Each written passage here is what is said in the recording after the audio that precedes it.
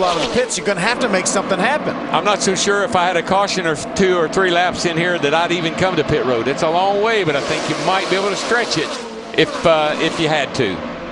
Potentially staying out and stretching it on fuel, winning the Daytona 250 race by fuel mileage, possibly. I'll tell you, that's 45 laps from here, even with a few caution laps. That's going to really be stretching it. It would, but every time I've always told Larry McReynolds, don't ever say never, because somebody will always fool you. Remember, now these trucks have about an 18-gallon fuel cell. Probably pick up about 18.5 gallons, and this is the new E15 fuel, which everyone tells me is probably 3 to 5% less fuel mileage than the old fuel. Good point, Phil. I'd forgotten about the E15, and they do burn. It does burn a little more fuel.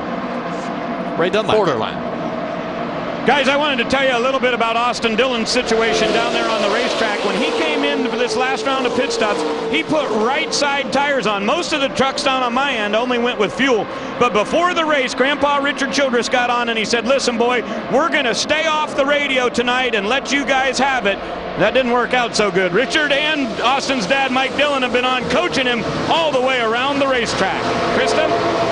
Ray, not too many guys on my end took tires either, except for Travis Kvapil, and we documented Kyle Busch, a 4-tire stop. And he drifted back. He's not as concerned with the fact that he is running in the back as he is with who else is running back there. Who does he have to partner up with?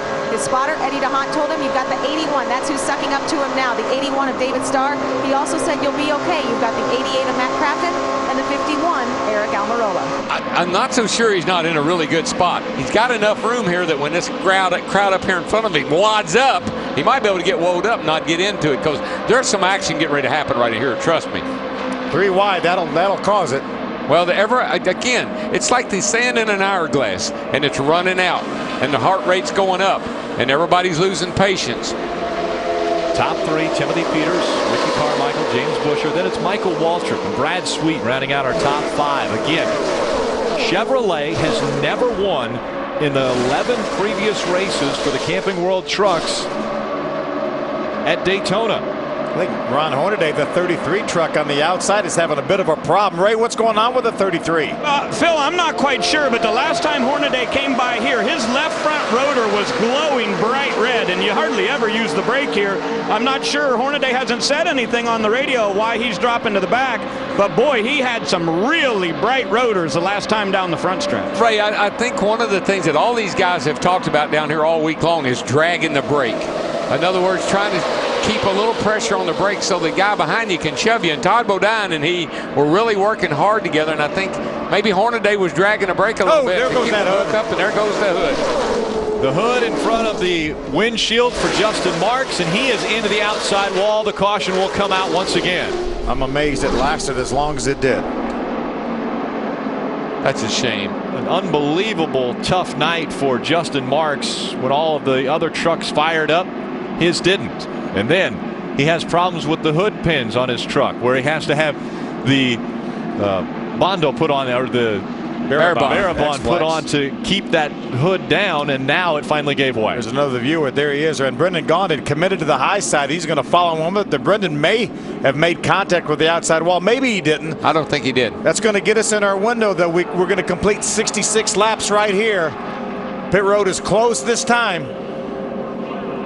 Justin Marks will pull that truck onto the apron and then into the garage. A lot of damage to the right side. A tough ending for Justin Marks tonight. Pit stops coming up, and they're pivotal.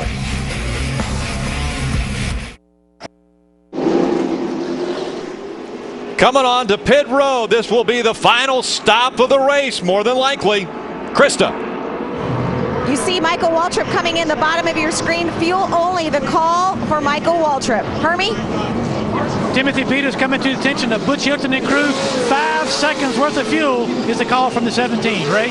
They're only going to need about 3 seconds on the Exide Chevrolet. Milan Rudinovic stuffs it in there. Buescher will pull out, but it looks like James came in 3rd, and he's going to go out on pit road 4th. They lost a spot here to fueling. Brad Sweet in the 32 looked like he was going to win the race off pit road, but he had equipment with him out of the box.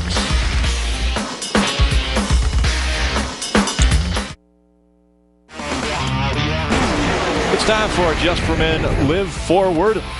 We want to take a look at our next race, Phoenix International Raceway, the Lucas Oil 150. As you can see, the 2000 winner was Clint Boyer. That's 3 in a row for KHI at Phoenix, going for 4. Just for men, hair color, live forward. Moving forward, in front of this field, the 92 of Clay Rogers, Ricky Carmichael in the 4.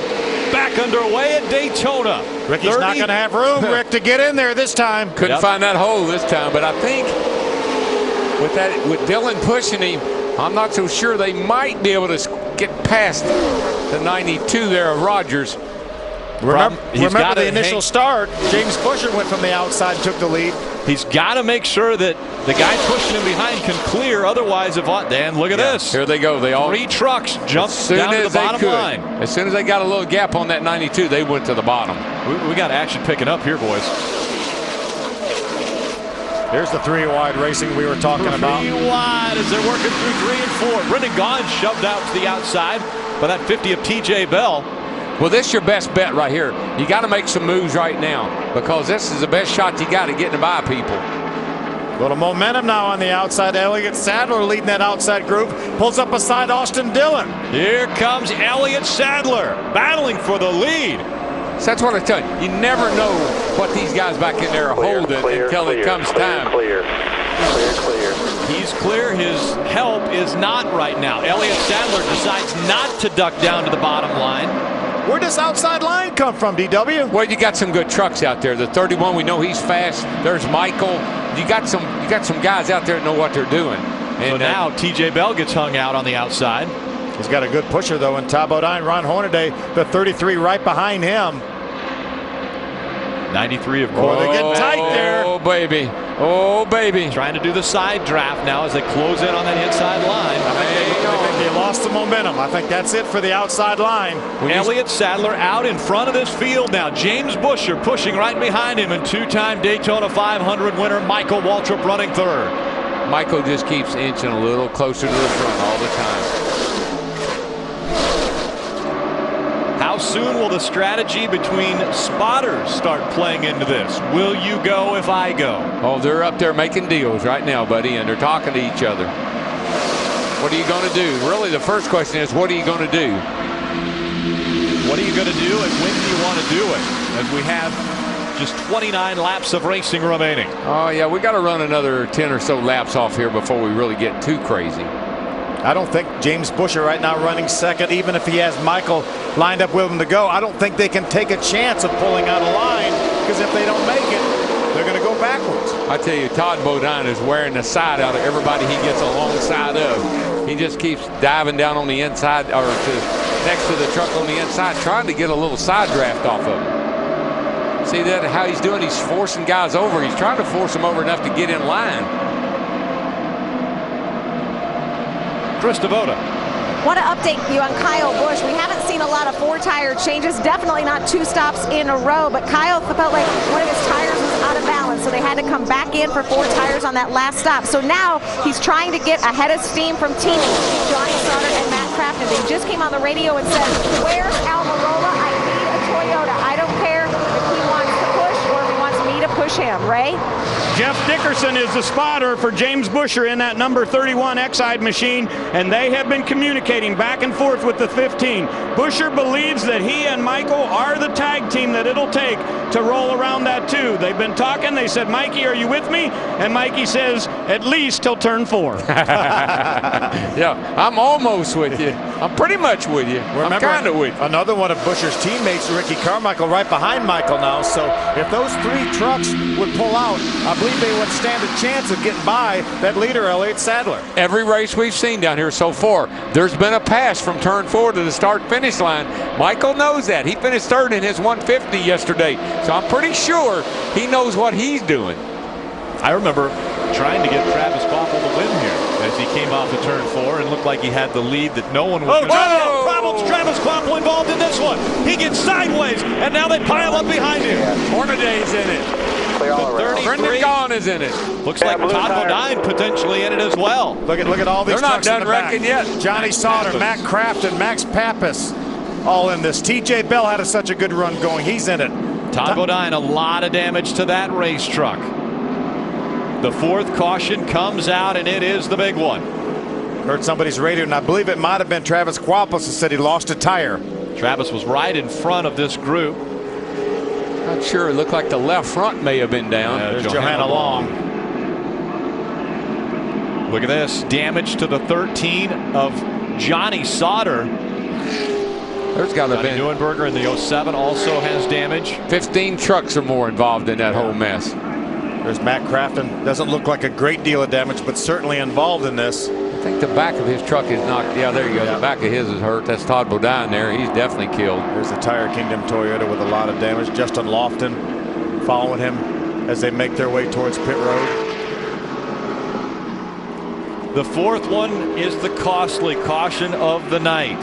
Let's see what happens here, guys. They're getting mighty racy. I know that back in here trying to get position. You're getting a little wadded up here. Watch the 5 right there.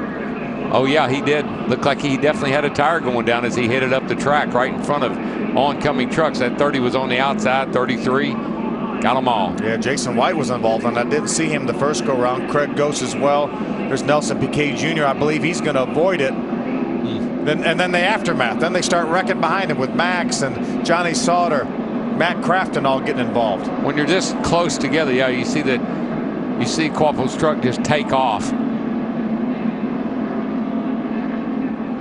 And a head of steam. That might have been a left rear tire that went down. He had a left front down, and it didn't appear that the rights were. It appeared the rights were okay. Yeah, the left rear looked like it had quarter panel damage even before it got to the outside wall. Might have gotten into something, Phil, and knocked a piece of sheet, a fender or something in, and cut that tire down. Take a look real time. Hold your breath. Keep your eye on the This 5. gets pretty crazy right here. 5's that yellow truck right there, about 5th or 6th back. Takes off up the hill and collects all these oncoming trucks. You're just along for the ride. You can't see. You don't know where everybody is. You see Crafton back here. He gets run into by the 20. Johanna Long involved. There's Chip Johnny Sauter. Here's another view. Anybody from the 5 on back looks like they were potentially in this thing with some damage. The lucky ones. Guys like Parker Kligerman in the 29. How about Chris Fontaine, that 84 getting by? Nice Just job. slipped by, yeah. Take a look from up above. And again, just watch the yellow truck there. This is the aftermath. Everything happening in front of them. They're checking up. Oh my gosh. Donnie Neuenberger got in the back of Johanna Long, pushed her into the 88 of Matt Crafton. That's what caught all these other trucks in this. There's Max Pappas. He obviously got involved as well. And these guys back here they would have missed that wreck if it weren't for Neuenberger in the 07. He just pushed them. He came in there wide open. And just about got all the way to the 18 of Kyle Busch. That's definitely going to change the complexion of this race. Oh yeah, now we may see 2 lines because they're going to be a lot shorter than they were. Sledgehammers coming out. He needs a bigger hammer. Oh yeah, he's going to have to get up on there and jump up and down. There you go, get up on that thing. Travis Kvapil, tire problems send him sideways, and then they pile up behind him. Not only the first pack, but the second pack involved as well. Numerous trucks. But now Elliott Sadler in the driver's seat. Welcome back. NextEra Energy Resources 250, presented on speed by Goodyear. Under our 4th caution, and it was the big one. 13 trucks involved in this incident. You're going to see right up here, Travis Kvapil. He's going to have trouble. All of a sudden, he goes down into turn 3. He actually had his hand out the window. He was trying to motion. He was actually trying to tell him, but he goes up right in front of these outside trucks that are in the outside line. Todd Bodine being one of them. There's Brendan Gaughan. But what's amazing to me, Donnie Neuenberg back here in the 07. Let's watch this one more time. Here we go. Goes up, and of course you can see this outside line. They got nowhere to go. Right there has absolutely nowhere to go. None of these guys have anywhere to go. Some guys, watch the 93 of Colwitt, the 84 get by. Good job. Nice job by both of those drivers. Now watch, here's Donnie Neuenberg back here in the 07. These cats up here, all these guys are already slowing down. They see what's happened. They got it made. Donnie Nuremberg, he could not have had any brakes. Look, he hits that one. He hits that one. He just keeps pushing these guys. It looked like a